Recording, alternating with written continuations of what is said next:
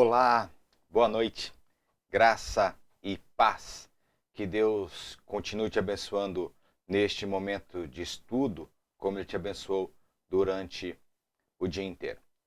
Queria que você abaixasse a sua cabeça, eu quero orar com você, colocar também a vida da Fernanda, da Silvana, Vandeira e Rafa nesta oração. Baixe sua cabeça. Pai, eu quero te agradecer pelo dia maravilhoso que o Senhor tem nos dado, agradecer que o Senhor tem nos fortalecido, nos capacitado. Quero colocar diante do seu altar a Fernanda, quero colocar diante do seu altar a Silvana, Vandeira e Rafa, para que o Senhor traga cura sobre esta família. Vem com poder e graça sobre eles e também vem com poder e graça sobre os enlutados, sobre os enfermos, que o Senhor possa, com a sua boa mão, vir sobre esses corações. Quanto a nós, nos ajuda a ajudar e vem e nos compete sabedoria agora para entender do Senhor o que vem do alto. É o que eu te peço, em nome de Jesus. Amém e amém. Amém, meus irmãos. Semana passada, retrasada, na verdade, começamos o texto que é como viver acima da mediocridade, do Charles Swindoll. É este livro aqui, ó. E semana passada nós começamos a falar sobre as questões da mente. Tudo começa na mente e falamos sobre nós nos tornamos o que pensamos e a mente é alvo do inimigo. Hoje nós vamos falar sobre as estratégias do inimigo, mais precisamente a batalha, que é uma estratégia do inimigo. E para isso eu gostaria que você abrisse a sua Bíblia em 1 Pedro 5, 6 a 11. Abra, acesse. Se você não conseguir, pelo menos me escute. Diz assim: humilhai-vos, pois, debaixo da potente mão de Deus, para que ao seu tempo ele vos exalte, lançando sobre ele toda a vossa ansiedade, porque ele tem cuidado de vós. Sede sóbrios, vigiai, porque o diabo, o vosso adversário, anda em derredor, bramando como um leão, buscando a quem possa tragar, a qual resistir firmes na fé, sabendo que as mesmas aflições se cumprem entre os vossos irmãos no mundo. E o Deus de toda graça, e que em Cristo Jesus nos chamou à sua eterna glória, depois de havermos padecido um pouco, ele mesmo vos aperfeiçoe, e confirme, fortifique e estabeleça. A ele seja a glória e o poderio para todos sempre. Amém. Amém, meus irmãos. A gente tem que parar para pensar um pouco e entender algumas questões dessa ideia da estratégia do inimigo. O texto aqui que nós lemos, ele fala para a gente estar sóbrio, vigilante, porque o inimigo está sempre ao derredor. Ok. Temos que entender que essas batalhas acontecem na nossa mente. Satanás usa as suas estratégias para nos manter ineficientes, derrotados, ou seja, medíocres. Queria que você pensasse comigo agora. Antigamente, as cidades eram rodeadas por muralhas, grandes muralhas. Em meio a essas muralhas tinham grandes torres extremamente fortificadas e lá dentro soldados que ficavam vigiando essa muralha e vigiando, vendo se alguém inimigo viria.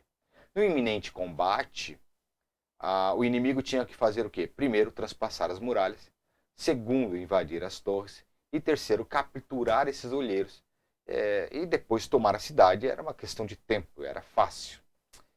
Vamos nos recordar que a nossa mente, antes de conhecermos a Cristo, era a base de operações do inimigo. Quando Deus, então, nos trouxe para a luz, nós estávamos mortos em nossos delitos e pecados. De forma sobrenatural, ele nos deu uma nova vida e afastou o inimigo da nossa mente. É isso que Cristo fez quando nos resgatou. É essa a predisposição da cruz sobre as nossas vidas. Mas Satanás em si, o diabo, o inimigo das nossas almas, não vai desistir assim tão facilmente do território perdido. Então ele vai lançar mão de velhos hábitos que outrora para a gente era comum. Coisas que para a gente era normal. Então ele vai começar a trazer isso à nossa mente para que a gente comece a pecar novamente. Este é o ponto que precisamos entender. que sob pressão, com problemas, é costumeiro voltar a antigos hábitos. Seja perseguidos, caluniados, criticados, prejudicados, enfim, nessas horas é comum pôr crédito em nosso orgulho, em nossa altivez.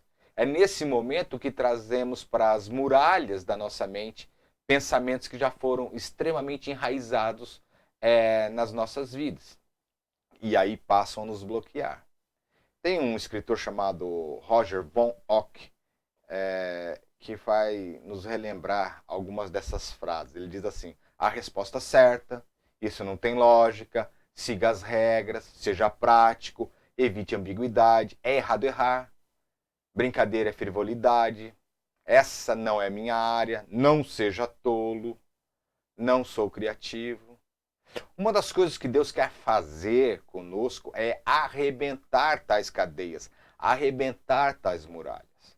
Ele quer que a gente seja livre. Ele sabe que o nosso orgulho cavou uma grande trincheira e sempre dizemos é difícil quebrar velhos hábitos. Por muito tempo, nós conhecemos que não podemos, não temos, não se arrisque, esse orgulho tem que ser quebrado. É isso que a gente tem que fazer. Esses velhos hábitos, essas velhas frases, esses velhos chavões na nossa mente têm que ser quebrados. Porque essa é a estratégia do inimigo. É deixar-nos reféns dele. Para Deus, temos que levar cativo todo o pensamento. 2 Coríntios 10, 5. Quando Deus invade o nosso orgulho, ele transforma os velhos pensamentos e passa a nos encorajar. Passa a nos dar um novo padrão ao processo de pensamento. Começa uma obra e, por fim, com certeza terminá-la. Podemos entender então agora que as reações que alimentamos durante anos são áreas das nossas vidas que são problemáticas. Veja a batalha contra a luxúria, inveja, orgulho, ciúme, perfeccionismo, negativismo, críticas. Lembre-se, há esperança além dos estados mentais da mediocridade. Se esses pontos a qual eu acabei de dizer são áreas a qual nós reagimos, a qual alimentamos, são essas áreas a qual Deus quer romper. A oferta de Deus é levar cativo todos esses pensamentos. É isso que Deus quer para as nossas vidas. Então, a ideia seria vencer a mediocridade. Como? Uma metamorfose mental. É isso que nós temos que fazer. Temos que trabalhar a nossa mente. E para isso, temos que lembrar de Romanos 12, 2. E não sede conformados com este mundo, mas sede transformados pela renovação do vosso entendimento, para que experimenteis qual seja a boa, agradável e perfeita vontade de Deus. Como posso mudar? Depois de tanto tempo absorvendo pensamentos medíocres, pequenos, ranzinzas, como posso mudar? Vamos nos lembrar da lagarta e da borboleta. De novo. Um dia a lagarta disse assim: eu vou voar. É isso que ela disse. Todo mundo, todas as outras lagartas começaram a rir, menos as borboletas. Para se poder voar, é preciso então ser radical, entrar numa metamorfose. Para vencer mediocridade, é preciso ser radical, é preciso entrar numa metamorfose, é preciso não se conformar com este século, é preciso da renovação da vossa mente para que a gente possa experimentar a excelência do que é de Deus. Um processo difícil, doloroso, mas no final é prazeroso. Por mais que a gente fale vou voar e as pessoas passam a dar gargalhadas, muitas pessoas não vão e vão te apoiar. Para derrotar a mediocridade, podemos apontar 3 palavras assim básicas na nossa vida, que seria memorizar, personalizar e analisar. Memorizar o quê? Para que antigos pensamentos, então, sejam destituídos, invalidados, substituídos por novos, não é um mantra, tá, meus irmãos? Tem que ser um processo de reconstrução. O melhor processo de higiene mental é disciplina, memorizar escrituras. Isso, ler a Bíblia, talvez não seja sofisticado, mas a Bíblia está repleta de munição contra a mediocridade. Se eu começo a memorizar os textos bíblicos para a minha vida, eu começo a ter uma higiene mental. 1 Coríntios 15, 57, 58 diz assim: mas graças a Deus que nos dá vitória por nosso Senhor Jesus Cristo. Portanto, meus amados irmãos, sede firmes, constantes, sempre abundantes na obra do Senhor, sabendo que o vosso trabalho não é vão no Senhor. 2 Coríntios 2,14 diz assim: e graças a Deus que sempre nos faz triunfar em Cristo, por meio de nós manifesta em todo lugar a fragrância do seu conhecimento. 1 João 5,4, porque todo que é nascido de Deus vence o mundo, e esta é a vitória que vence o mundo, a nossa fé. Salmos 119, 9 e 11. Com que purificará o jovem o seu caminho? Observando conforme a tua palavra. Com todo o meu coração te busquei, não me deixei desviar os teus mandamentos. Escondi a tua palavra no meu coração para não pecar contra ti. Se eu começo a memorizar essas questões, a minha mente, lembra? Eu sou o que eu penso, começa a mudar. Então, se eu já paro para memorizar, eu tenho que começar a personalizar esse texto. Quando o processo de substituir velhos pensamentos por novos, mais animadores, passe a trazer esse texto para você. Isso mesmo. Aproprie-se do texto. Faça ele viver em você. Coloque nele a sua personagem. Ficaria mais ou menos assim. Ó. Filipenses 4:6. Não estejais inquietos por coisa alguma. Antes, as vossas petições sejam em tudo conhecidas diante de Deus, pela oração, súplica e com ações de graça. Esse é o texto original. Você poderia lê-lo assim, então, se você vai personificá-lo. Não estaria inquieto por coisa alguma. Antes, as minhas petições sejam em tudo conhecidas diante de Deus, pela oração e súplica e com as minhas ações de graça. Se nós continuarmos nesse processo, as muralhas mentais, os orgulhos passam a ser derrotados. Aí depois eu começo a analisar. Ao invés de autocomiserar, o mundo conspira contra mim, assuma as responsabilidades. É isso. Assuma.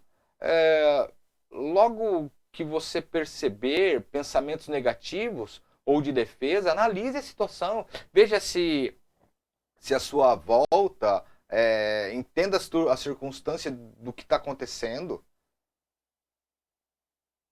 Presta atenção. Perus e águias. Perus e águias não se dirigem para o mesmo lado. Um peru vai estar sempre procurando algo a comer no chão. As águias alçam seus voos. Então faça essa pergunta. Por que eu estou com tanta raiva? Ou por que eu estou tão preocupado com isso? Existe algo para temer? Tem um bom motivo, então, para reagir de forma negativa? Ou somente um velho hábito? Pense de forma diferente. Não pense como perus, que sempre estão caçando alguma coisa para comer. Alce um grande voo. Comece a analisar as questões. Temos que parar de nos questionar, pois é comum se tornar como as pessoas à nossa volta. Romper hábitos mentais não é fácil e nem rápido. Talvez isso pareça simplista, memorizar, personalizar e analisar. Seria melhor algo mais potente para acarretar o sucesso? Pois bem, não há nenhum segredo, nenhuma mágica, e sim, é um processo duro, difícil, e para aqueles que pretendem realmente atravessar ou romper a barreira da mediocridade, é preciso começar pela mente e passar a visualizar um plano mais elevado.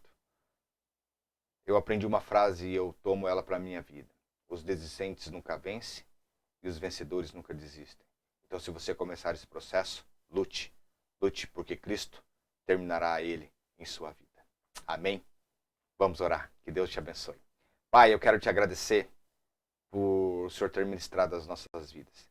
Então, vem sobre o nosso coração. nos inquieta com isso, nos faz mudar a nossa mente, nos faz não deixar ela cativa ao inimigo, nos faz romper os nossos velhos hábitos mentais. Que o Senhor possa nos questionar, nos indagar, nos constranger em relação a isso. Vem sobre os nossos corações. Em nome de Jesus. Amém e amém. Amém, meus irmãos. Amém, minhas irmãs. Amanhã, Clara e Bob, ou no canal Clara e Bob, ou nas páginas da igreja. Tá certo? Nos vemos domingo no culto. Que Deus te abençoe. Amém e amém. Fique na paz.